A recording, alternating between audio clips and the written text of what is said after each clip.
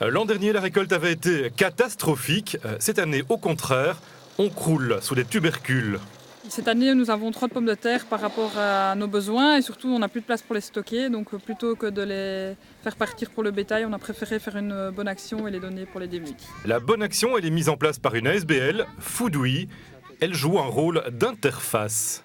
On met simplement en relation des agriculteurs qui ont des invendus, des surplus de production, avec tous les types d'acteurs sociaux. Et donc on va organiser pour eux des opérations de glanage organisées. Ils signalent sur la plateforme Foodwi qu'il y a un invendu et nous on va contacter les différentes associations pour organiser comme aujourd'hui une action de glanage organisée. Les associations partenaires activent leur propre réseau de bénévoles pour la main-d'œuvre, mais pour d'autres c'est une démarche personnelle. On a vu que les associations s'étaient regroupées et qui proposaient de récolter ces pommes de terre-là pour venir en aide à différentes personnes. Il fait beau aujourd'hui.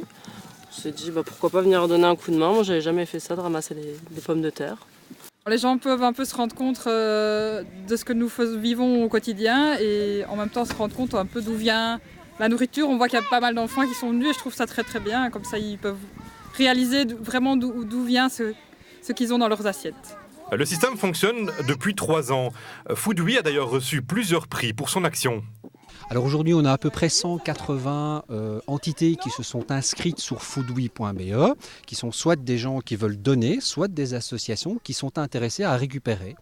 Et on avoisine aujourd'hui à peu près 300 tonnes de nourriture qu'on a pu récupérer et sauver et redistribuer aux acteurs de l'aide alimentaire. Et tout ce petit monde aura bien travaillé. Plus de 400 kilos d'Annabelle, la variété cultivée ici, iront rejoindre très bientôt les garde-manger de plusieurs associations.